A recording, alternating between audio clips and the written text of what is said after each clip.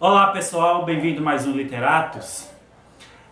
Estamos aqui mais um vídeo sobre a série A Verdade Sobre. Nós postamos anteriormente um vídeo sobre A Verdade Sobre, o comentário Champlin do Antigo Testamento, e neste vídeo nós vamos estar comentando sobre o comentário Champlin Novo Testamento.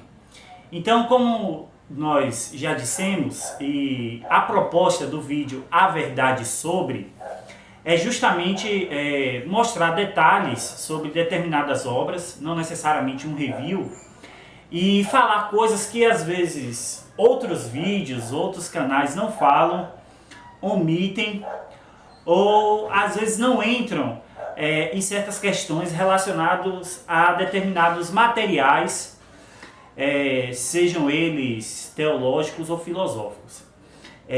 Neste vídeo nós vamos estar falando sobre este comentário que se diferencia do comentário do Antigo Testamento.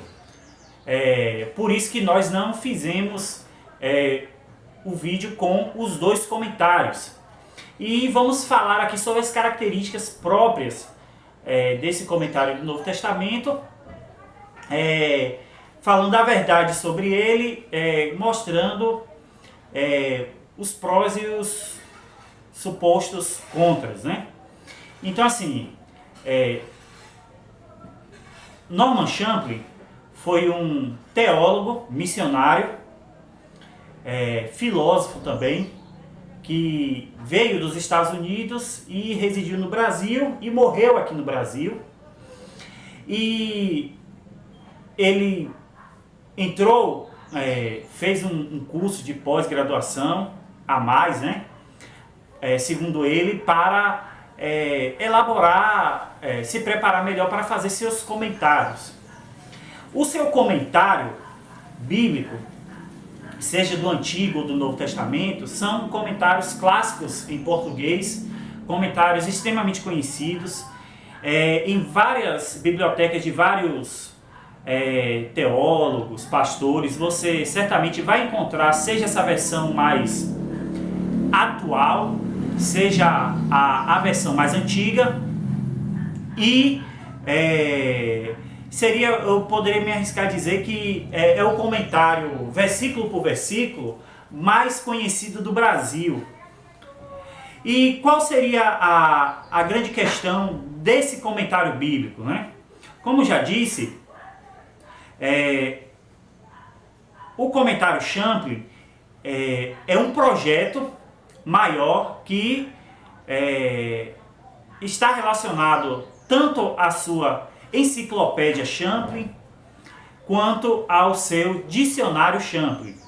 Salientando que na versão anterior, que tem aquela capa diferente, mais antiga, do comentário Champlin, na versão do Antigo Testamento você tem mais volumes, mas você tem mais volumes porque ele inclui o dicionário. Então, quando você vai adquirir o comentário Champlin do Antigo Testamento, naquela versão mais antiga, ele já vem com dicionário. Por isso que ele também vem mais volumes. E toda essa obra, seja do comentário, seja do dicionário e enciclopédia, são obras interligadas, onde de alguma forma, em algum momento, tanto o comentário do Antigo, do Novo Testamento, ou do dicionário, da enciclopédia, eles vão relacionar um ao outro. Então, assim, suponhamos, eles vão citar algum termo, algum tema teológico, algum problema filosófico teológico, ele vai sugerir que você consulte tanto a enciclopédia quanto o dicionário. Lembrando também que o próprio dicionário Champlin, ele tem, de certa maneira, essa pegada enciclopédia. A gente sabe que boa parte dos dicionários bíblicos, eles não são somente dicionário, mas eles também têm essa pegada enciclopédica, ou seja, que é não simplesmente dar definição de determinado termo, mas expandir como algo maior. Então você vai ter no comentário Champlin, de certa maneira, em algum momento ele vai fazer referência até mesmo para forçar você a adquirir o outro material, como também um complemento a essas obras. Então, se você tem a enciclopédia, você vai ter elementos, por exemplo, um esboço bíblico, que certamente vai estar em algum livro, algum esboço do Antigo ou do Novo Testamento, de algum livro da Bíblia. E se em algum momento eles falarem aqui sobre predestinação, suponhamos, ou livre-arbítrio, ele vai remeter a você fazer essa consulta, seja no dicionário ou na enciclopédia. Mas enfim, falando mais especificamente aqui do comentário Champlin, é importante salientar também a diferença e o diferencial do comentário do Antigo Testamento é que você vai ter um comentário em 6 volumes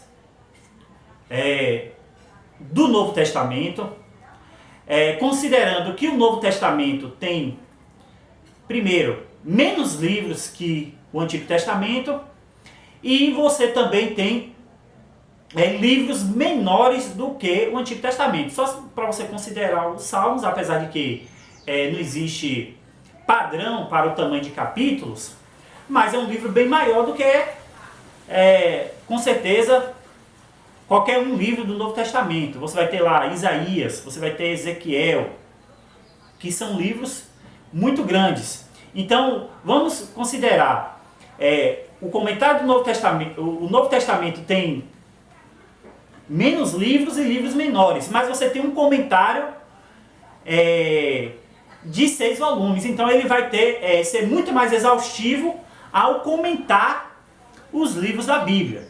Entendeu? Então, assim, você certamente o comentário do Novo Testamento de Champlin, ele é uma evolução considerando a exaustividade do Antigo Testamento. Então você tem certamente um comentário mais aprofundado. Assim como no Antigo Testamento, que tem lá o texto em hebraico, aqui você vai ter o texto em grego. Então você não precisa necessariamente adquirir o texto do Novo Testamento em grego, se você quiser ter, porque você já vai ter aqui o texto em grego. Um outro diferencial desse comentário é que se você pegar o primeiro volume, Champlin vai ter mais ou menos pouco mais de 200 páginas só para comentar de certos artigos teológicos e filosóficos, seja da Bíblia inteira ou do Novo Testamento. Então você vai ter aqui no tema filosófico, você vai ter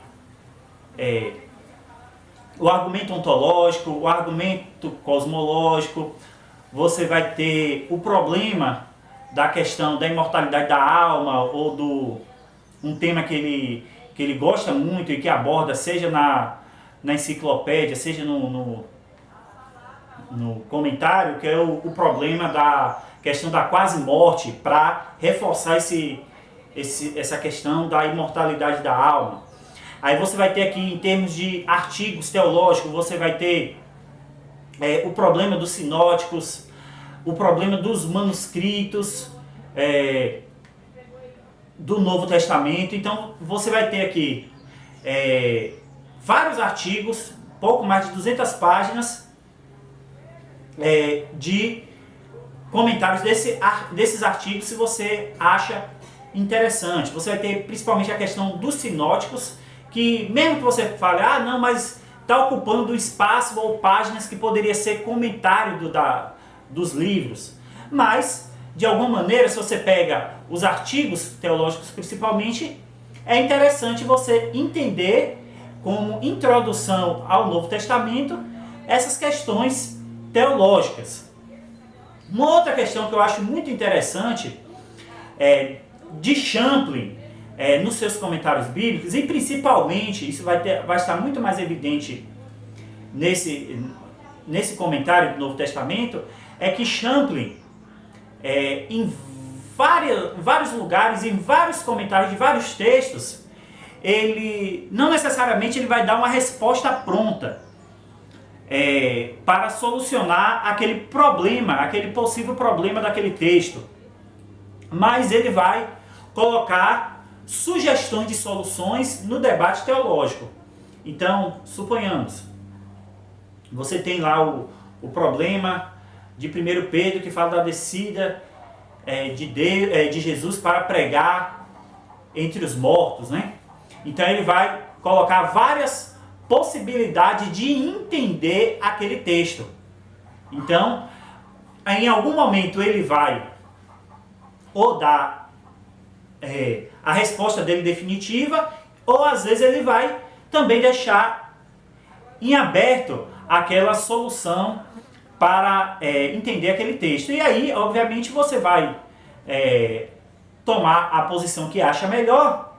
E isso, eu acredito que é uma influência muito da formação filosófica dele, porque a filosofia você tem muito essa coisa da abertura ao debate, né? De você não necessariamente fechar uma questão. E voltando também mais essa questão filosófica, ele tem, às vezes ele vai usar termos filosóficos como metafísica, ele vai citar filósofos como Aristóteles, não necessariamente para comentar a Bíblia, mas obviamente para falar do ambiente e também como havia na cultura da época uma interpretação sobre certos termos no original, ou a concepção filosófica por trás daqueles termos ou daquele texto. Por exemplo, existe um debate muito grande sobre a ideia do Logos em João 1, né?